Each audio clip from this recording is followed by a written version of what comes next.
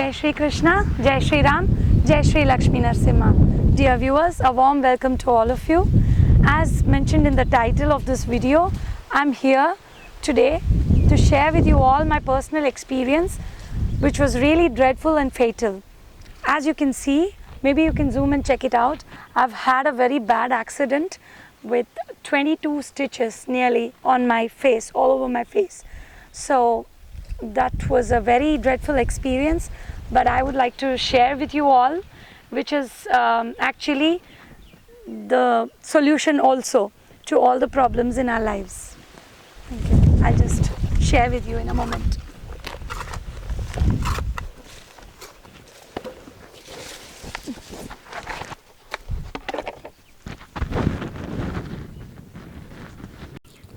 So as I said, I was going on the bike with my daughter at the back. Suddenly I felt I could not breathe because of 3 consecutive days before the incident. I had no sleep at all, and this resulted in oxygen depletion, and suddenly I felt I could not breathe, and my eyes just closed for a few moments, and boom, I went and banged a neem tree. And all I could hear and remember was, in the end, my own word, one word, what I said from my mouth, and that was Krishna. In that shock and that distress of the bang, I could just hear only one thing and remember only one thing, and that was God. Really, God saved me and my life. At that moment, I just wished, I just prayed to God that if you have to leave me alive, please don't make me a burden on my family and my friends or anyone else. Either God should just take me away, or He should just keep my hands and legs intact and my brain intact so that I'm not a burden on anyone. So that really happened. My prayers were answered, but my face was completely damaged with 22 stitches. And when it did happen, I just fell to the ground, and all I could feel was gushing blood, from my entire face. I didn't know where the blood was coming from, which part of the face, but it was just all over my neck, all over my, body, all over my clothes. And when I just held my face, I could just feel the flesh. It was cut open. It was just ripped open like this. I was holding like this, and by God's grace, there were a few villagers who came to my help at that time, and there was this ambulance which was called, which took us to the nearest government hospital. But before that, I would like to tell you all that how important the sleep is.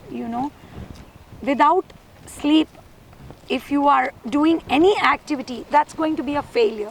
That is for sure. And Abhigya has made a video, which I will tag along with this, a separate video, in which he has clearly explained the background about a good night's sleep according to our scriptures, Shastra, as well as the scientific approach to it has been explained in detail by Abhigya. You can all hear him speak after my explanation of my incident.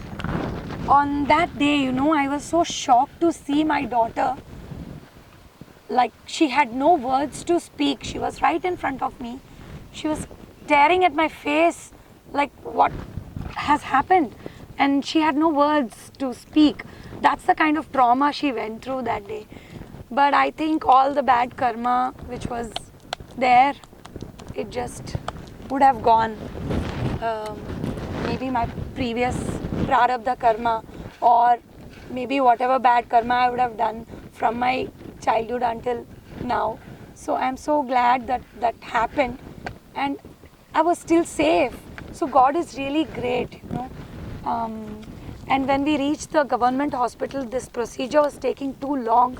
They weren't taking us in and giving the treatment for 2 reasons. One was that their formalities, they wanted to know our whereabouts and the where the accident happened. and stuff like that, which is of course a formality. Apart from that, there was one more reason wherein the delay was happening, and that was myself. I didn't want any antibiotic injection or any IV to be injected in me, and nor did I want any general anesthesia. I was refusing to do so, to comply with whatever they were telling me. And I made sure I did not lie down even in the ambulance, because that way I felt that a lot of vata was increasing due to the accident in my body, and I was forgetting everything. All I could remember was Abhidya in a few things. I had forgotten we had a land, I had forgotten home, I had forgotten everything. Only Abhidya I remembered, and God I remembered, because Abhidya was in front of me. I just said Abhidya. Nothing else I could remember. So that's the kind of damage a blow can cause to the brain. But I just thought, no, I need to ask her. So I kept asking her, where were we going? Why am I here? And what's happened to us? And as and when she went on explaining, my muscles, my brain cells, my neurons, everything got activated immediately, and I started to recollect everything. So I was pretty fine the very same moment. And I made sure I did not lie down in the ambulance, because I didn't want to lose my memory again. So then after that, somehow, after coaxing for a long time, like at least 10-15 minutes, and blood was gushing through my face, and I was telling them, either you guys stitch me up or you can just leave me. I will apply some turmeric and I'll just leave. So I did the same. I just applied some turmeric. I was about to leave the hospital. Then something happened. Their hearts melted probably, and they said, no, you okay, ma'am, you just come and sit. We will, you just lie down, we will stitch you up as per your instructions. So they gave me some local anesthesia, which I was okay with.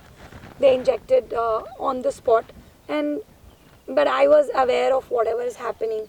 So they sewed me up here and there. So 22 stitches, and a lot of turmeric also helped.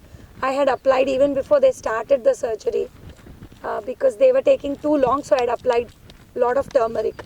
I just smeared it on my face, and that's how this particular wound here on my lip, everything got settled even without the stitch earlier, and the blood flow stopped, the gushing stopped actually.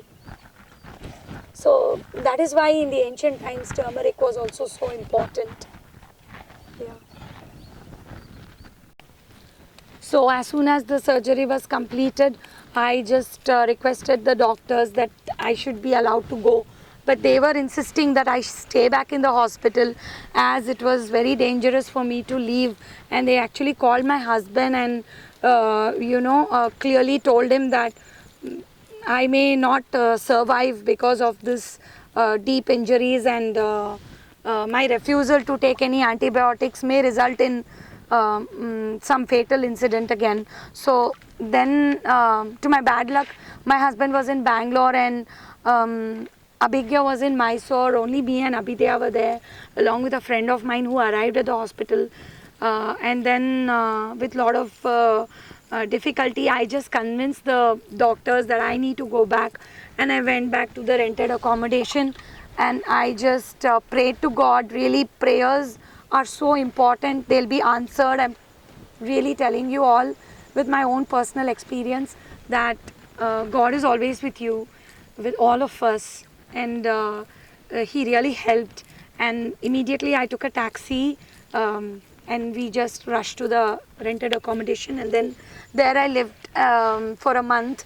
And in that 1 month, first 5 days were literally challenging for myself and my daughter and all of us. So I just my husband arrived the same night, and next day we made sure that I was always given grape juice with beetroot in it, and some 5 amlas, that is Indian gooseberry, which made sure that I was replenished with the blood loss that occurred during the accident. And apart from that, I didn't take any single painkiller. I just took Vendium, that is fenugreek, and fennel seeds, and pepper decoction. And we hired a reflexologist. He was massaging my feet for first 5 days, and then from there on my husband started to do the massages for me, just the way the reflexologist did. And furthermore, I took neem and turmeric extract as um, alternative for the antibiotics. And also I applied neem oil and turmeric on my face, all over my face.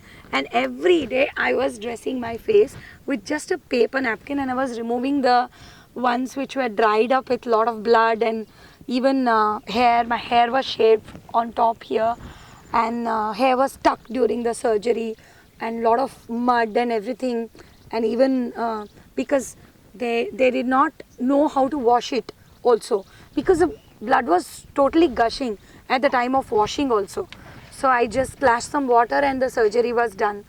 So during the surgery, all that impurities were stuck. They were stuck in my lower lip also, under my lower lip, some sand particles which kept coming out once in a week or something, automatically, with some boil inside and all that. And my teeth were just hanging, these front teeth, 5 of them were hanging on the upper jaw. From the upper jaw below, they were just damaged. I just picked them up slowly and put them back in place, because the root was not yet cut off. I could make out, and I just put it back up. And really, God is so great, and I'm so happy that nothing bad happened. I can still eat and be fine. But first 2 days I was only on dalia and just liquids, because I couldn't even open my mouth. My lips were just like drooped and all that, and it was really horrifying to just even think of it. And at the time of some villagers, they just told us nearby that at the spot of my accident, 7 or 8 people had actually died on the spot. But it was so strange that I was still alive, and really, it's really God's grace and blessings of all the elderly and everyone. Thank you. And the best part of the horrifying experience was that I had this opportunity to climb the Arunachala hill every single day from the 10th or 11th day of my accident. It so happened that my back pain, which I had in my previous bus accident, it just came back with full swing, and it was excruciating when I would just lie down, and after lying down I could not get up. While lying down also I could face the same pain, and after I lie down for a while, like say 5-10 minutes, and I want to get up, I would feel excruciating pain from the spinal cord, from below till my neck, and that was too much for me to bear. And somehow I kept feeling that if I just walk up the hill, the Arunachala hill, so where I was actually living in that rental accommodation, so I just used that opportunity. I said I would like to go every day, and with the support of my family, my husband, my kids, I just climbed the hill. First 10 or 20 steps, it was like I couldn't even breathe, and somehow my spinal cord just picked up in that slow pace. I just kept pressing my feet on the rocks.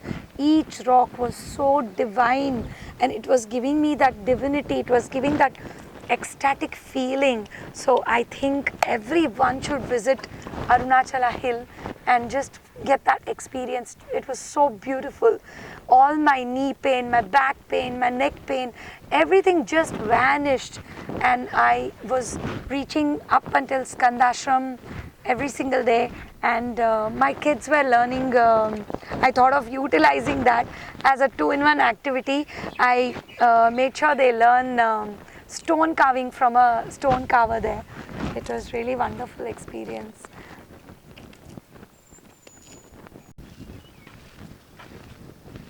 And as the pain vanished and my healing began to progress, it was a wonderful feeling on the hill, Arunachala hill, the divine hill.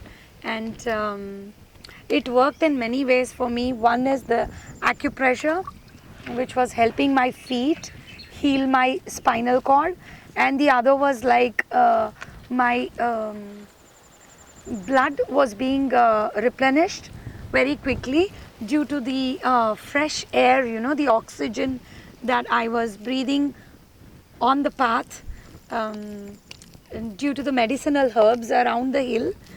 And another thing, added bonus, was my kids learnt how to carve from the stones, the soft stones. They had carved a few divine things like the hill with the Om in it. I have made another video of that. I will share with you very soon.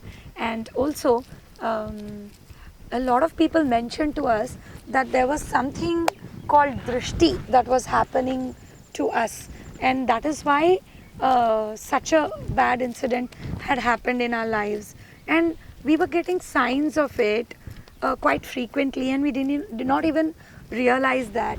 And something called naga dosha you would have heard of. So at the time of building some place, if we have destroyed the ant hill, which is a place of the snake, and that dosha can also come and attack us. But then if one is always in the remembrance of God, then nothing will attack us in a very bad way. Everything will happen very mildly and it will all be fine. So in my case, I think as my sins were being washed off from the previous birth and also maybe from this birth, so everything happens for the good. And the worst part was, till date we had not known about our own Kuladaivam, which is in Tamil Nadu, that is family deity, which is in Tamil Nadu. And even my in-laws had never been there despite knowing it. So they had never shared with us either. And I had asked my mother-in-law about the Kuladevam because I had a herpes problem also earlier. So everyone said maybe you should visit Kuladevam, that's why you're having so many problems. And so I had asked her and she said it was Narasimha. So we went there, but then she had said about her Kuladevam, not my father-in-law's. But when we came to know that it wasn't that and it was some other Kuladevam, so then we thought, okay, then we need to go to our Kuladevam. So we have plans to go as soon as things are a little less busier now. I will make sure I will visit the Kuladevam and I'll take his blessings. And I think it's very detrimental to one's life if they don't visit the Kuladevam, because that is a family deity and ignoring the family deity is very wrong. So I suggest to all of you must visit your Kuladevam at least once in your lifetime, or any time you're able to go, but once in a lifetime is a must. So thank you so much. I just wanted to share this entire experience with you. I hope I did not bore you with a long story. And now I pass on to Abhigya. He is going to tell you about the importance of a good sleep. And till I meet you with my next video, that is solution number 4. I'll see you then. Thank you so much. Jai Shri Krishna, Jai Shri Ram, Jai Shri Lakshmi Narasimha. Jai Shri Krishna. In today's video, I'll be speaking about the importance of sleep as per Ayurveda and modern science, a gist of the entire topic, which is very important. These days in our modern society, sleep has taken a back seat. We rarely give ourselves rest.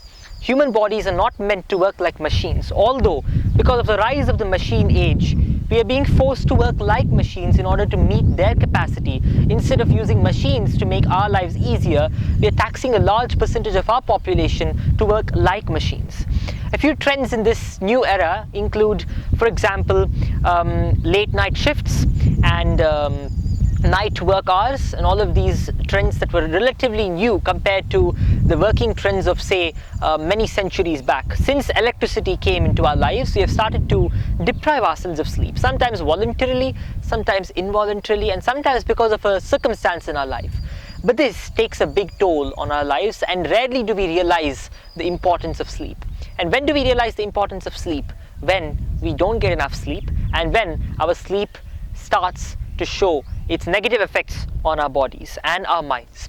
Sleep is such an important facet of life, and recently modern scientists are beginning to discover the importance of sleep in every single area of our lives. Our sages knew it way back.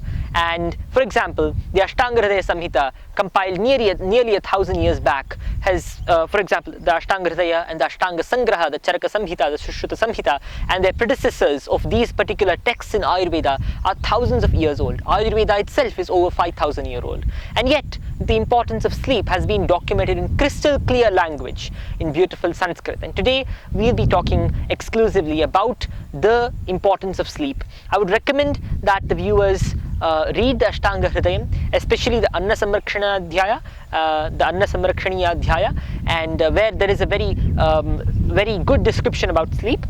And for more information, you could also refer to other Ayurvedic texts. So to start with, there are 3 types of sleep which can be harmful to our bodies. One is Akali.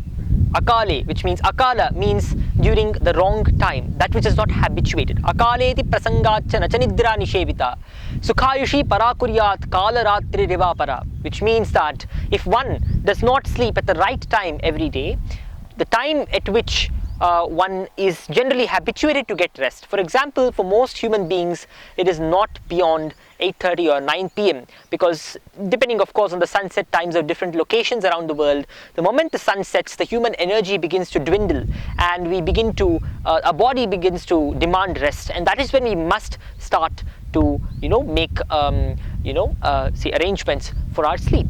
If that does not happen, and if we keep on extending our sleep time, there are many reasons. These days we have these advanced tablets and mobile phone screens and laptops, and we're really proud of them. But the problem is they emit a lot of blue light, apart from other major problems they have, including their addictive potency and of course their radiation effects. One major problem which comes in the way of our good sleep is blue light radiation.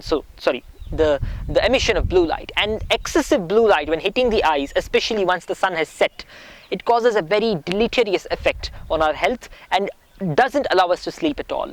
But unfortunately, several people are doing this, even little children, because of the press of, the stress of homework or the pressure put by teachers in so-called online schools these days, and parents who also sometimes put pressure, or children themselves addicted to video gaming or chatting for long hours on social media. Even little kids are getting addicted to this, and hence their sleep is just going to the back seat and eventually out of the picture. Many children don't even sleep very long according to recent surveys. Adults, of course, we have known for a long time, many adults do not get a proper sleep. Only those who are really lucky get a good night's sleep. And these days, there are TVs in bedrooms as well, so we don't get any sleep properly because the blue light keeps hitting our eyes, and that causes a lot of problems from heart arrhythmia and of course the plethora of problems that we get because of lack of sleep.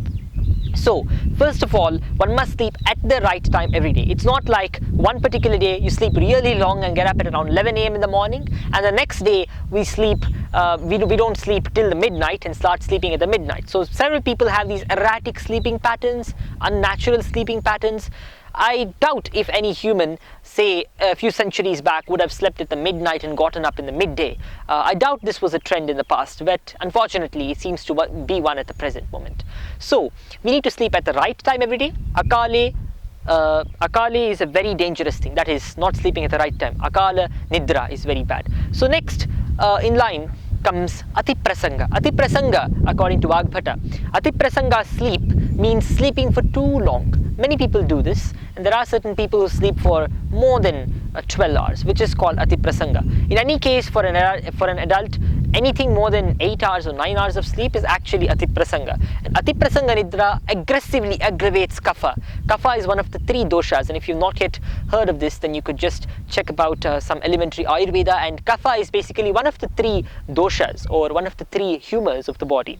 And one of the 3 constituents and one of the 3 balancing factors of the body. When it goes out of balance, a lot of problems based on the dosha go out of balance. When kapha increases, we get giddy, we become lazy, and there's a general lethargy to do anything in the day, especially if we sleep for too long. So getting the right amount of sleep at the right time every day and getting habituated to a cycle that's based on the natural cycle of our environment, which of course is dependent on the season, dependent on the solar movements, and automatically our body clock, you don't need to study a big book to understand when a person should sleep. Our body tells us when we should sleep, and we should learn how to recognize the necessity of our body.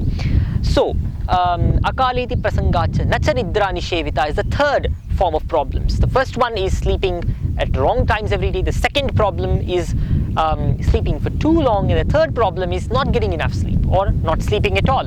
And many people have, these days we have this sleepless night sleepless night disorder. So people just don't get sleep because of stress and anxiety, and because of their racing glucocorticoid levels in the body after a long day's work. And this is the same for both people in a working environment where the physical conditions are stressful, or a working environment where the mental conditions are stressful, or where both are stressful. For example, working long hours staring at the laptop screen, or just watching TV for long hours. Whatever the reason is, or simply having too much stress can reduce your sleep. And what happens when your sleep is reduced? Vata dosha gets aggravated. If you sleep for too long, it's kapha. If you sleep for too less, it's vata. And what happens when vata gets aggravated? Vata is wind, it's airy. It basically screws the entire anatomy of the body. Every single area of the body gets screwed up when vata becomes stronger.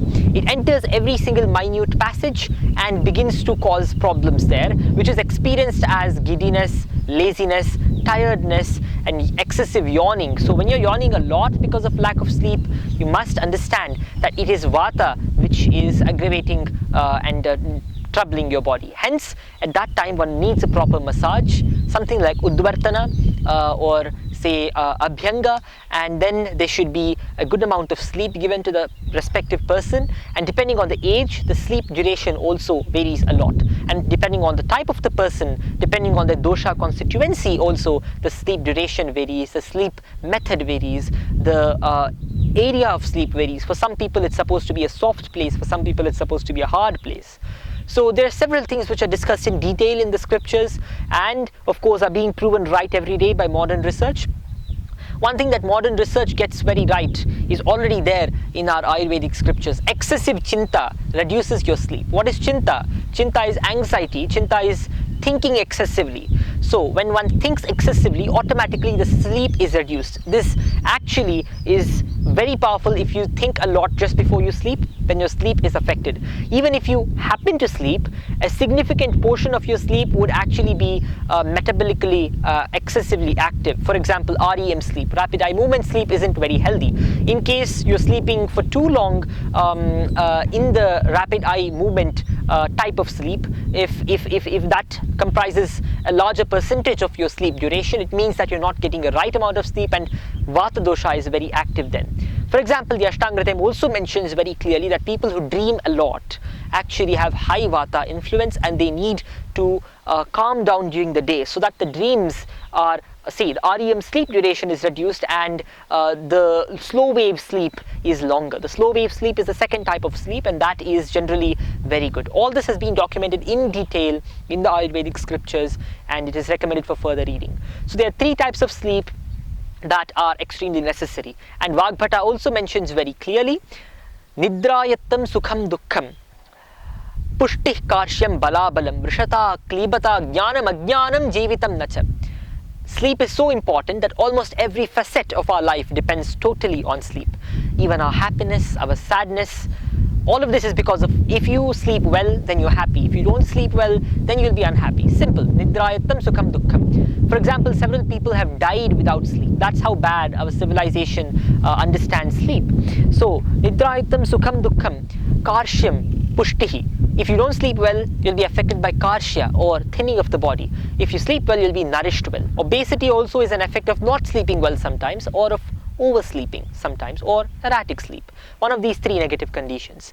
So, balabalam, your strength, bodily strength and immunity also depend on sleep. That's proven by modern science again. If you don't sleep well, your immunity is compromised. And if you sleep well, your immunity is developed at least to an extent, because your body gets the time to recuperate from the day's stress. And then balabalam, vrishata, klibata, jnanam, ajnanam. Even the body's entire systems, ranging directly from the central nervous system to the reproductive system, all the facets of our body are energized only if we sleep well. And lastly, even knowledge and ignorance depend on sleep. This is a very important point. Even knowledge and ignorance, the difference of the two is very important for people who are on a spiritual path. So even for those who are on a spiritual path, unless they have very powerful yogic powers, one must get the stipulated duration of sleep every day. Even Lord Krishna says that one who does not sleep for a stipulated duration every day, which is minimum of 6 hours and maximum of 8 hours, then one's health will be destroyed gradually, and one cannot be a yogi. That's what Lord Krishna says. One cannot be a yogi. So there are some people who claim that they are doing yoga depriving themselves of sleep. Such a yoga is not recommended in the Bhagavad Gita. It is simply bodily torture. And hence, even if one is a spiritualist or an aspiring spiritual disciple, one must take care of their body, especially of their sleep. And sleep is mentioned as one of the 3 pillars of life: Nidra, Ahara and Brahmacharya. More of this information is available in the Ashtanga Hridayam and other Samhitas. Hope this video was informative. Thank you. Jai Shri Krishna, Jai Shri Ramachandra, Jai Shri Lakshmi Narasimha. Jai Shri Krishna, Jai Shri Ram, Jai Shri Lakshmi Narasimha, Om Sarvana Bhava, Varga Valamudan. Dear viewers, my wife has already spoken to you all in her video. There was a major incident just a couple of months back which shook the family. It was an ordeal of sorts for my wife. She went through something that when I put myself in her shoes, I kind of shiver. But she's come out of it. She has been very brave the last couple of months, and even on the day of the incident, she was not badly shaken, even though the onlookers there who gathered around expressed a lot of sympathy, and they were talking to her since she had lost a lot of blood, but she has stuck around, and she was quite quite brave through it all. And even through the treatment days, she never told any one of us that she was in pain, and she has always been very oblivious to pain. And she, even though the family always was kind of coming together and feeling a lot for her, but she never gave us the feeling that she's down and out. She's come back. She started cooking on probably the 10th day or something. She started cooking, and she started climbing the Arunachala hill in Tiruvannamalai every day, and she found a lot of pleasure and happiness. And she also felt medically treated by climbing the hill, the footsteps of the Arunachala hill. Magical feeling. It's a very holy hill, and anybody who would like to visit the south of India should climb the Arunachala hill, or even take a glimpse of the hill. So all in all, when you just look at her now, my wife, and how she was a couple of months back, it's been a magnificent recovery. She has come from nowhere to be where she is now, with just turmeric and coconut oil, and probably a little bit of multani mitti along the way. That has cured her, treated her. Aloe vera probably also, if you kind of just and kashkash as well. These are the things she's basically used to get rid of the scars and even the stitches, the stitch marks. She's somehow tried to get rid of all of them using the natural medication. And what I've seen is that if you are willing to invest time and are able to put up with the pain, which you need to, because you've gone through that incident, so there will be pain, you need to put up with the pain, and once you do that, the recovery has to happen, and it has to happen, even if it has to happen gradually and slowly. Kindly don't feel annoyed, and natural medication should be the way, and you are not going to have any long-term effects of natural treatment. So kindly everybody, if my request is to go through this process, which she did, and she has successfully managed to kind of come out in the last couple of months. So I would say everything goes well, and maybe in a month's time she probably won't have many of these scars as well, and I wish her well. The family wishes her well, and by God's grace everything goes well with Anu, my wife, and she's always been with us. She's been the backbone of this family. But you've been my pillar throughout. And yeah, and thanks Anu. But homeschooling, again, she was the backbone of homeschooling, and now this journey again continues, and we will definitely stay in touch. Anu will also stay in touch with you in her videos. She has come to step 4 in our solution videos, and there are plenty more steps to come. It's all our experience. There's nothing that we have seen and tried to tell you. Most of it is our experience, because we tend to experiment, we tend to see how things go, we want to execute it and then come back and let you know our experience. So that's the way we've always been doing it, and so thank you so much. And Jai Shri Krishna, Jai Shri Ram, Om Sarvana Bhava, Jai Shri Lakshmi Narasimha. Jai Shri Krishna, Jai Shri Ramachandra, Jai Shri Lakshmi Narasimha. As all of you know, this was a very bad incident, and I was totally shocked when I first saw my mother's face. So her face was totally ripped open, and I had no words to say. And then by God's grace, my mother was still alive. I was very shocked, and in that place there have been many people who have not survived. So it was a miracle, and God has saved her. So the first word she uttered after she fell was, "Oh Krishna." So God is so merciful, and I feel what she said was right. And she never felt bad, and she always said that it was all her karmas that have left her. So the villagers called an ambulance, thanks to them, and the ambulance arrived at the right time, and we left in the ambulance. But then even there she refused to sleep down. She said that the air will move upward and it will disrupt her memory. So then she also continuously chanted the Lord's name throughout the journey from the place of the incident to the hospital. So it was a government hospital, and once we reached in the hospital, even throughout the way she was asking me questions continuously. I was feeling weird, and like, instead of getting scared, like what has happened to me, she's asking me questions to regain her memory, like where are we going and what are we doing now. So then once we reached the hospital, she was asking for turmeric from when she fell, and one of my mother's friends brought some turmeric, and she applied turmeric on her face, and then they were like asking me so many questions about the place of the accident, like where are you from and everything. Like, I was getting agitated because when my mother is bleeding so much, they are continuously asking questions about whereabouts and all that. So I told them, some patient is bleeding so much, you need to take care of that. First take her to the stitching room, I said.